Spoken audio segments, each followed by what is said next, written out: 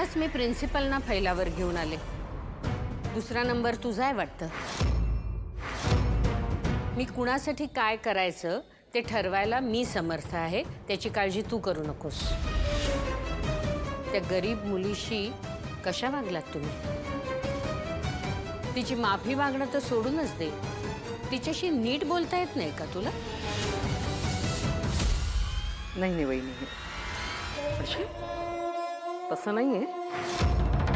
काय झालं, परक्या माणसांसमोर तू तिला सुनावलंस त्यामुळे जरासं वाईट वाटलं तिला, बाकी काही नाही। हो ना रागिणी? सॉरी आई, ऍक्च्युली तुम्ही त्या भिकारड्या मुलीसमोर मला इतकं काही बोललात ना, ती गोष्ट माझ्या मनाला लागली आहे। भिकारडी? ज्या श्रीमंतीच्या बळावर तू तिला भिकारडी म्हणतेस, ती श्रीमंती तुला राजनशी लग्न केल्यानंतर मिळाली, हे विसरलीस का? त्या आधीचं आयुष्य आठव। माणूस कितीही मोठा झाला ना तरी त्याने त्याचे पाय जमिनीवरच ठेवावे। आता तुझं हे असं वागणं राजनला कितीही खटकलं तरी तो तक्रार करत नाही, कारण तसे संस्कार आहेत माझ्या मुलावर। आणि मी माझ्या थोरल्या नातीचे गोडवे गाणार, कारण माझी खात्री आहे तिच्यावरही हेच संस्कार झाले असणार। कमळीला भेटल्यापासून तर मला पक्की खात्री वाटतेय की माझी थोरली नात या घरी लवकरच येणार। राजन, माझ्या नातीला सासूबाईंसारखा बरोबर असा इथे तीळ आहे ना? हो।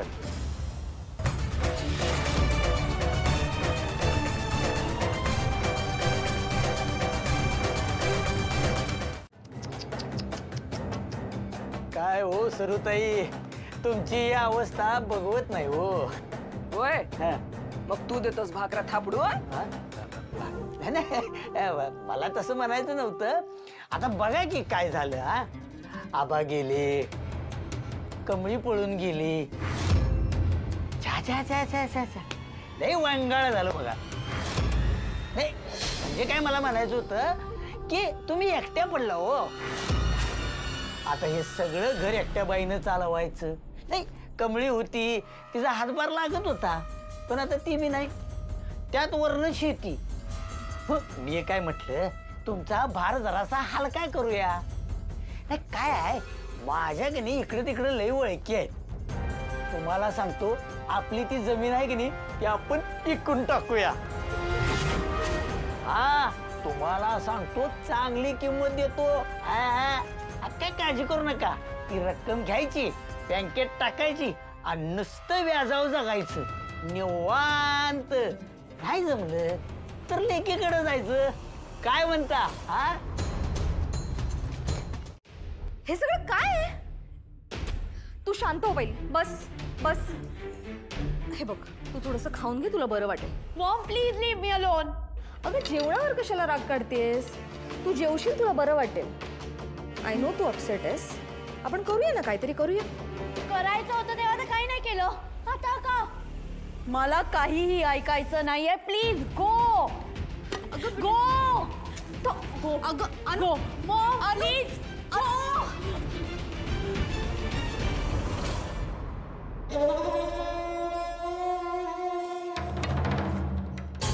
चला 11। ओ बेटा, हे बघ हे बघ, ग्रॅनी आजी प्लीज नो। असं नाही, हे घे। नो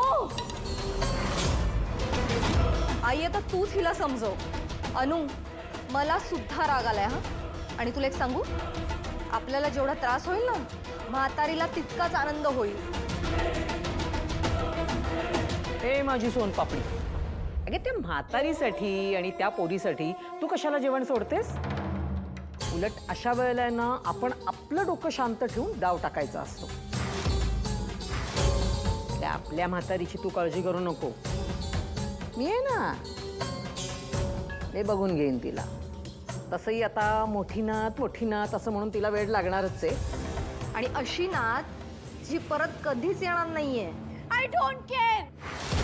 आजीची तोंडली ना जिवंत आहे, मेलेली आहे, येणार आहे की नाही येणार, I don't care about the fact की मी माझ्या फ्रेंड्सला सांगितलेलं मी तिला कॉलेजमधून हकललंय, पण ती आज परत आली, माझ्या आजीच्या गाडीत बसून आली आणि आता ती माझ्या बाजूला बसणार, माझ्या बाजूला, आणि माझ्या फ्रेंड्स माझ्यावर असतील. वर्स्ट थिंग इज आजीने मला तिच्यासोबत फ्रेंडशिप करायला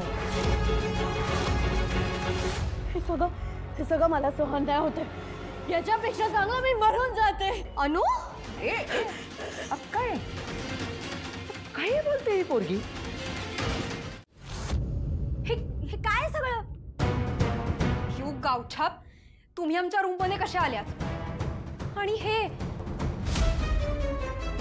माझ्या वस्तूंना कोणी हात लावला? किती एक्सपेन्सिव्ह आहे माहिती आहे तुम्हाला? चला निघा इथून. आउट. ऐकू येत नाहीये? Get out. या अनिकाच्या मैत्रिणी अनिकासारख्या वडील घेऊन आल्यात वाटतं. व्हॉट? काय गणित गेट आउट गेट आउट? नाही जाणार. काय करणार आहेस? तुम्ही आम्हाला कॉलेजच्या बाहेर काढायचा बी लई प्रयत्न केला, पण काय झालं? कंबडी कुणाला घेऊन आलती माहित आहे ना? कॉलेज आणि हॉस्टेल ज्यांचं आहे त्यासनी. आत्ता जर परत आमच्या नादी लागल्या का नाही तर तुमचं नाव अन्नपूर्णा मॅडमच सांगतो, मग बघतो कोण बाहेर जातंय ते. जाऊ दे निघे. उगा यांना बोलून आपलं तोंड कसं घाण करायचं? मग ह्यांच्यात आणि आपल्यात काय फरक?